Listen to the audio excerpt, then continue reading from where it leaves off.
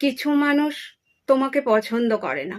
ব্যাপারটা এমন নয় যে তুমি তার কোনো ক্ষতি করেছো, তবু তুমি তার কাছে সেফ অপছন্দের মানুষ।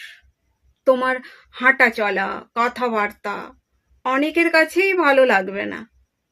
কেউ হয়তো তোমাকে অপছন্দ করে কারণ তুমি তার চেয়ে ভালো কাজ জানো, তুমি জনপ্রিয়, তোমাকে লোকে পছন্দ করে। সেটাও অপছন্দনীয় হওয়ার কারণ হতে পারে। তোমার চুল তার চেয়ে সামান্য বড় বা ছোট, তোমার গায়ের রং তার চেয়ে খানিকটা উজ্জ্বল কিংবা অনুজ্জ্বল। হয়তো কারণটা এমন, কেবল কারো কোনো ক্ষতি করলেই তুমি তার অপছন্দের পাত্র হবে তা নয়।